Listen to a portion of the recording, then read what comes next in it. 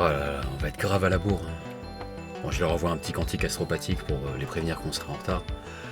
Qui ferme pas la porte avant notre arrivée, mais je crois que tu sais la seule chose qui nous reste à faire. Ouais, on n'a pas le choix. Que l'empereur nous garde. Activation des champs de Geller. Désarmement des toboggans Warp. Vérification des serviteurs opposés.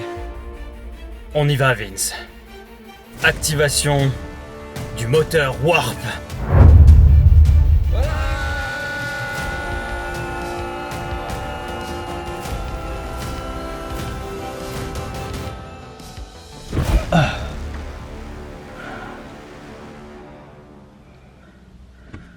Ah la vache!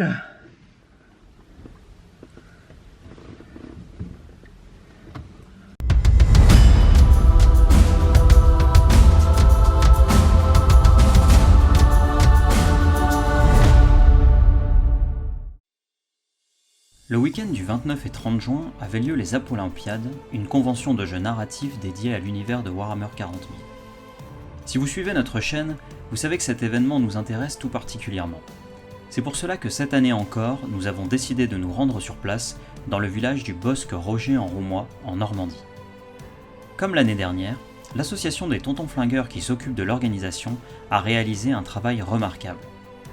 Une vingtaine de joueurs environ étaient réunis afin de s'affronter sur les tables de jeu et découvrir les secrets de cette 5e édition.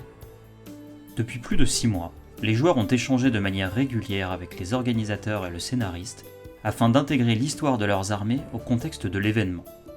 Ils ont également pu résoudre de petites quêtes leur permettant de se situer dans cette portion du secteur et préparer ce week-end fatidique durant lequel ils croiseraient le fer.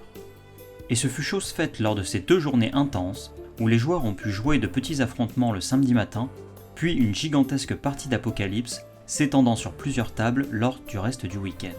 Cette année encore, les Apolympiades nous ont offert un grand spectacle autour de notre hobby préféré.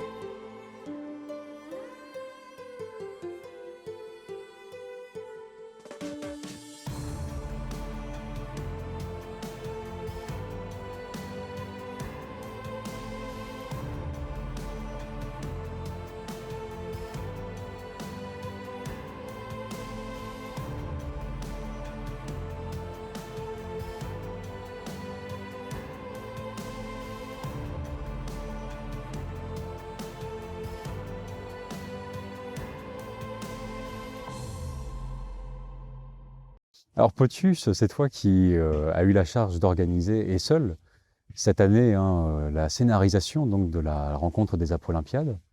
Et c'est la première fois que tu faisais ça. Tu as dû le porter sur tes épaules tout seul. D'abord, qu'est-ce qui t'a donné envie en fait, de le faire? Parce que c'est une charge de travail quand même considérable, on peut l'imaginer. Et d'où t'es venue vraiment cette motivation à le faire jusqu'au bout? La première chose, c'est que j'ai bénéficié pendant plusieurs années de l'invitation des tontons. J'ai participé en tant que joueur. Et pour moi, c'est important aussi de pouvoir rendre un tout petit peu de ce que j'ai eu comme plaisir.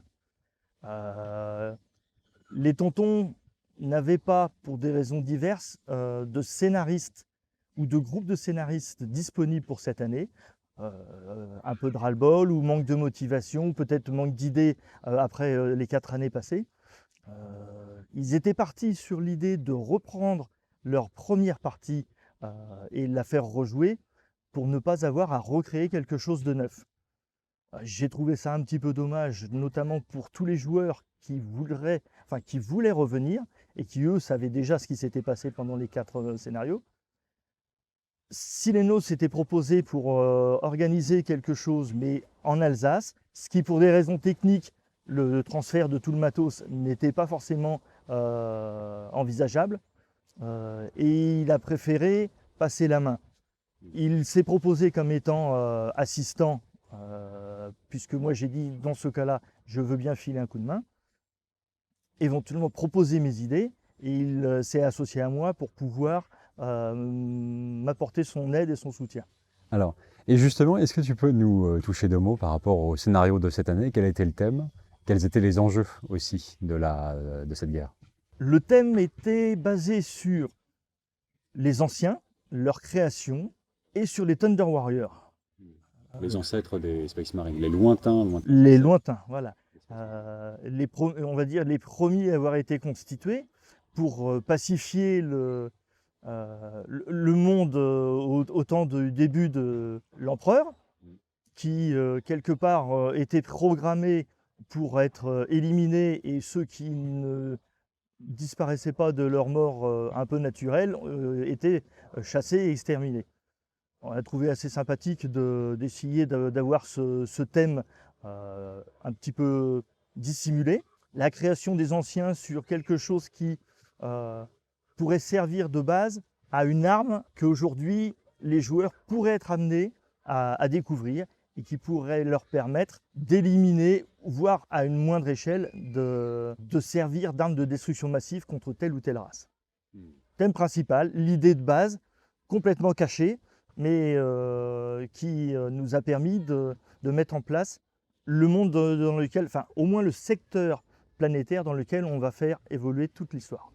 Ouais. Donc derrière, quand même, comme fil rouge de cette guerre-là, vous êtes allé piocher dans la préhistoire vraiment de l'Imperium avec les Thunder Warriors, et puis la préhistoire, même la pré-préhistoire de l'humanité avec les anciens qui sont en quelque sorte les architectes de notre univers, plus ou moins, hein, mais dans le monde de Warhammer 40 000. Hein. Ouais. Effectivement, c'est aller chercher très très loin quelque chose que moi-même j'ai aussi découvert en allant farfouiller, puisque je ne connaissais pas, je ne suis pas forcément un professionnel du fluff, et je suis allé donc chercher, me renseigner un petit peu pour savoir ce qu'était toute cette histoire.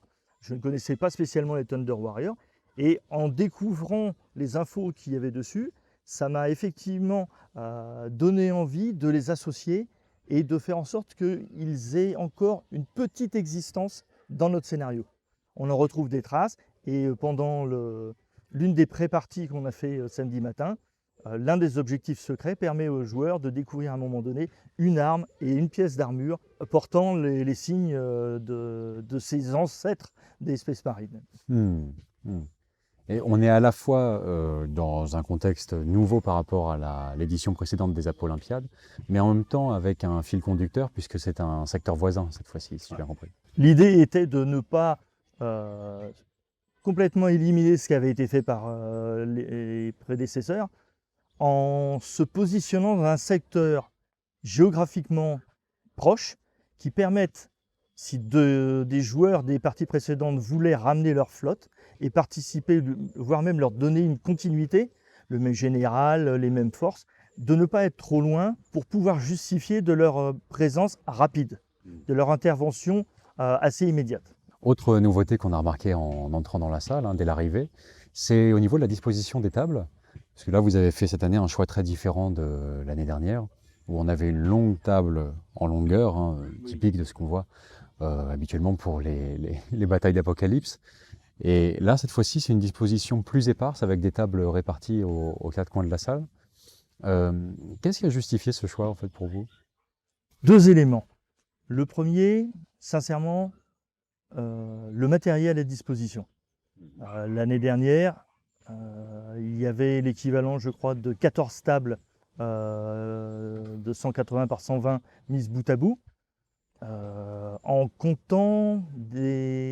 se basant sur du matériel qui avait été emprunté, des tables de ping-pong, des choses comme ça, dont nous ne pouvions pas disposer cette année.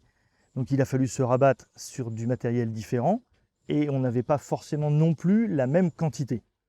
Alors, ça, c'est le premier élément. Le deuxième, c'est que pour avoir joué cette partie précédente, on s'est rendu compte que mettre une vingtaine de joueurs au même endroit était très difficile à gérer, puisque les armées avaient tendance à s'éparpiller sur la longueur et que malheureusement, un joueur ne pouvait pas toujours être à plusieurs endroits pour répondre à ses adversaires et que ses partenaires ne connaissaient pas toujours l'armée qu'il jouait pour pouvoir répondre à sa place. Donc c'était au niveau du temps une perte, et même au niveau concentration, une perte assez importante. Sachant que ces parties sont déjà très lourdes, on s'est dit qu'il fallait peut-être faire des tables séparées, plus petites, où les joueurs pouvaient éventuellement même réagir. Une table pouvait avoir fini un tour et l'autre pas, mais on pouvait gagner un petit peu de temps à ce niveau-là aussi. Ouais. Donc on a l'accent qui est mis sur les interactions entre les tables, mais en faisant le choix aussi de les séparer pour subdiviser un petit peu les forces en présence et que on retrouve finalement le caractère global de l'affrontement, mais réparti sur différentes tables et on évite peut-être un peu plus comme ça facilement le syndrome du parking un peu qu'il peut y avoir sur les tables Apocalypse immenses où on a des quarts, si ce n'est des moitiés de tables qui sont entièrement recouvertes dès la zone de déploiement. Il y a aussi le sujet des armées jouées. On avait décidé cette année d'inviter et de faire une place à des armées qui ne sont pas régulièrement représentées, à savoir les orques, les tyrannides, ne sont pas forcément celles que l'on voit le plus dans des parties Apocalypse. On les a intégrées immédiatement dans notre fluff pour que les joueurs trouvent leur place, mais comme c'est pas toujours évident de les allier, on a fait des continents séparés pour permettre à ces armées qui seront dans des camps alliés, mais qui ne veulent pas combattre ensemble dans pour obtenir le même objectif.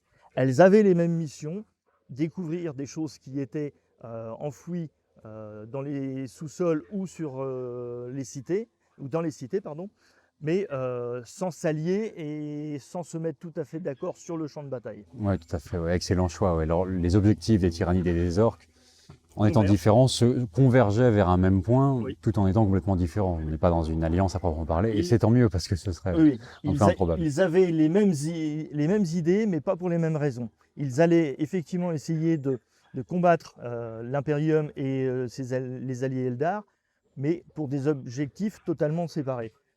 Les tyrannides voulaient effectivement croquer tout ce qu'il y avait. Les orques voulaient surtout profiter de leur position sur une île d'un continent et profiter de l'émergence d'un vrai big boss et d'une WAG puissante. Alors que dans notre fluff, ce n'étaient que des clans qui se combattaient et qui ont donc permis à l'Imperium de rester toujours le maître. Là, un héros sort et du coup, il arrive à motiver les autres clans, prendre le dessus pour ce coup-ci donner une force suffisante. Tout à fait. D'où aussi cette possibilité de tables séparées qui ont, je pense, bien plu aussi aux joueurs parce que c'était fluide. Et c'est quand même une chose importante dans ce genre de partie. Et au-delà du scénario, c'est vrai que ça se retranscrit aussi au sein même des parties. Par différents mécanismes ludiques, des décors peut-être interactifs, des choses comme ça, des idées qui ont des conséquences au final sur la partie même que jouent les joueurs. Est-ce que tu peux nous en énumérer peut-être 2-3 tes favorites, les principales de cette année, ces petits éléments ludiques qui sont venus s'ajouter? Il y avait sur la table Morcar 8, une des principales cités, un énorme générateur avec 4 autres plus petits qui sont une pièce maîtresse du scénario et du fluff. On retrouvera ce même élément sur la table Podvolia, qui est donc une cité d'un autre continent. On a donc des générateurs d'origine inconnue, d'une puissance extrême. Les joueurs n'ont pas forcément conscience de cette puissance-là, mais qui permettent d'alimenter un système qui protège le secteur planétaire. La position des planètes, leur rotation est bien maîtrisée. Et le fait qu'à un moment donné, ils vont mettre fin à ce mécanisme en détruisant l'un des générateurs, chose qu'on n'avait nous-mêmes pas forcément envisagée, va avoir des conséquences sur la suite de l'histoire, si suite il y a l'année prochaine ou les années suivantes. Un autre décor qui était à mes yeux important. Là, j'avoue que c'était un petit plaisir personnel. J'avais depuis longtemps envie de me construire une forteresse pour mes Templars. J'ai donc fait l'acquisition d'un certain nombre de bastions que j'ai montés pour représenter cette forteresse. Et je me suis dit que c'était l'occasion d'en faire profiter les joueurs, de l'intégrer comme étant un réseau de remparts dans l'une des cités qui sera attaquée, celle-ci, par les tyrannides. Forteresse qui, à l'arrivée, aura totalement disparu une fois qu'ils auront sauté dessus. Mais c'était une pièce de modélisme qui me plaisait et on l'a intégrée. Jouant de l'agréable à l'agréable aussi. Et puis une occasion aussi pour moi de me forcer à travailler, de me pousser à bosser sur le modélisme et sur les décors qui aujourd'hui est surtout le point sur lequel j'ai plus envie de travailler que sur mes figurines. Pour me permettre d'avoir justement une quantité de décors largement suffisante pour pouvoir alimenter des parties à au moins 10 joueurs. Bah, faut pas se priver, en tant que scénariste, tu as bien raison. Pour ton plaisir personnel Oui. et celui des joueurs, parce que ça l'augmente aussi, bah, c'est gagnant-gagnant. Et ça leur a permis cette année d'avoir des tables avec des décors qui leur étaient, pour la plupart d'entre eux, totalement inconnus. Ça permet aussi de renouveler le plaisir du jeu en n'ayant pas l'impression que c'est les mêmes décors qu'ils ont vus au cours des 4-5 dernières années. Ça rajoute un petit plus au jeu. Bah, en tout cas, merci beaucoup, Potius, d'avoir répondu patiemment à nos questions et puis surtout d'avoir autant participé donc, à la concrétisation des Apolympiades cette année. Maintenant, ça va être un petit peu de repos, bien mérité cette fois-ci, j'avoue. Et mais j'espère que j'aurai le plaisir de revenir en tant que joueur. Ça sera plus reposant ce coup-ci. Merci à vous, messieurs. Merci. L'année dernière, on avait le plaisir de rencontrer pour la première fois LXO, ici même aux Apolympiades. Il regrette déjà. Et cette année, on a non seulement le plaisir de le retrouver, mais il n'est pas seul. Il n'est pas seul puisque le culte s'agrandit progressivement, notre petit culte de Gene Stealer perso, notre petite lignée initiée avec Timmy et moi-même. On est de plus en plus nombreux. On a fait la rencontre de Paul pour la première fois cette année, et ça c'était un vrai plaisir également.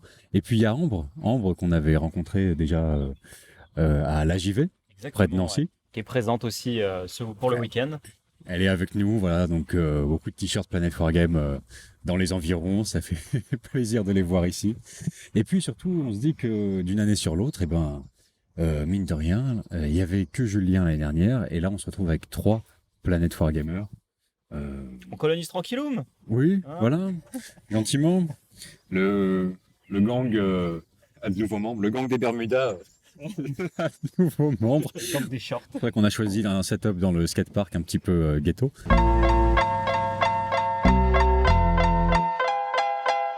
Bon, les Apolympiades, là, à l'heure où on tourne ça, sont terminées.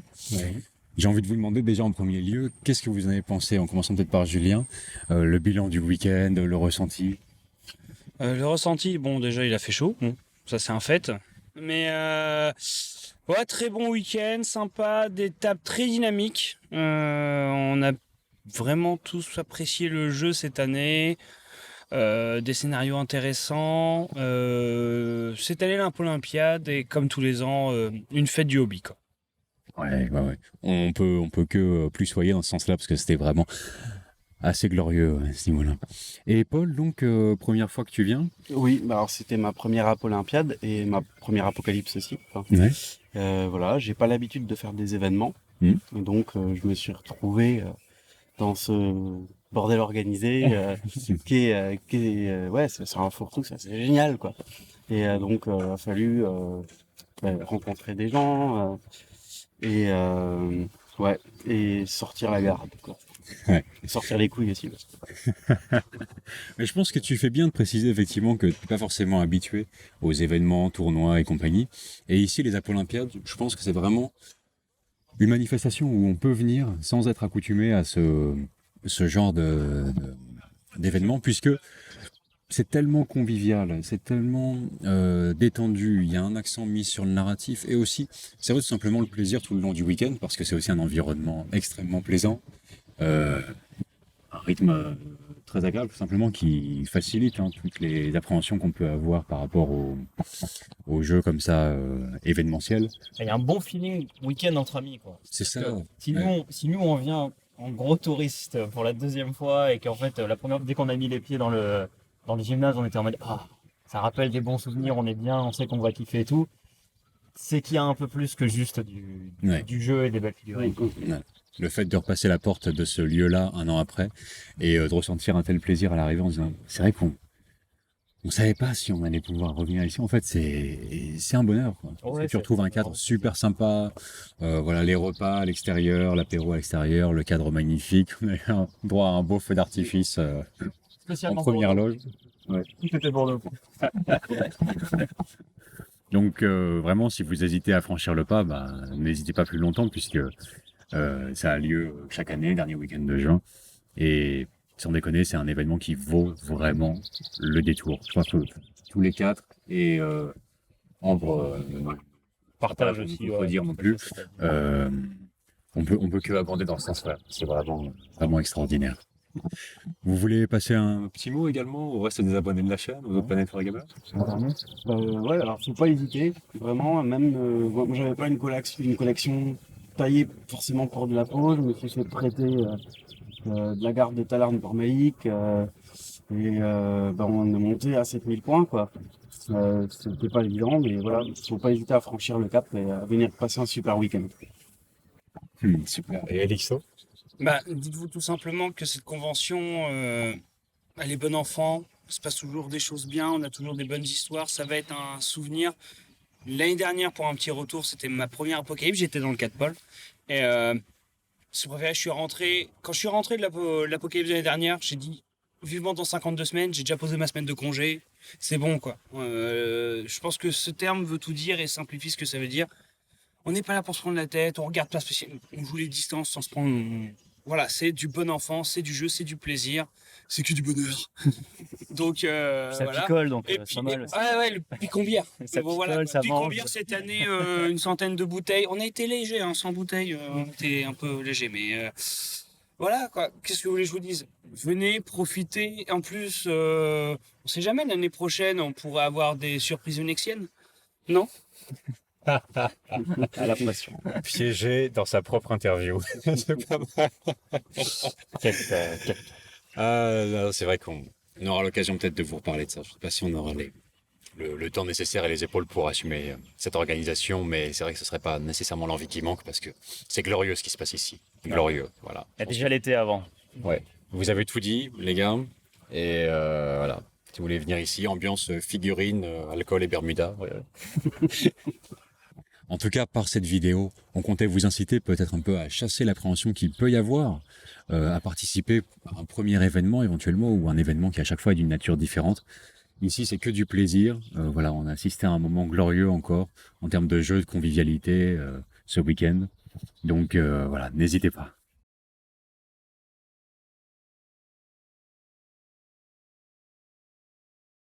Bon, moi ça fait pas. Attention en descendant, vous allez voir, ça fait mal. Non, je te disais, merci beaucoup. J'ai vu avec Botium, les décors, il pourra nous les prêter. Et donc moi je peux voir comme il est pas loin. Bon, on éteint cette merde. Parce que si vous savez,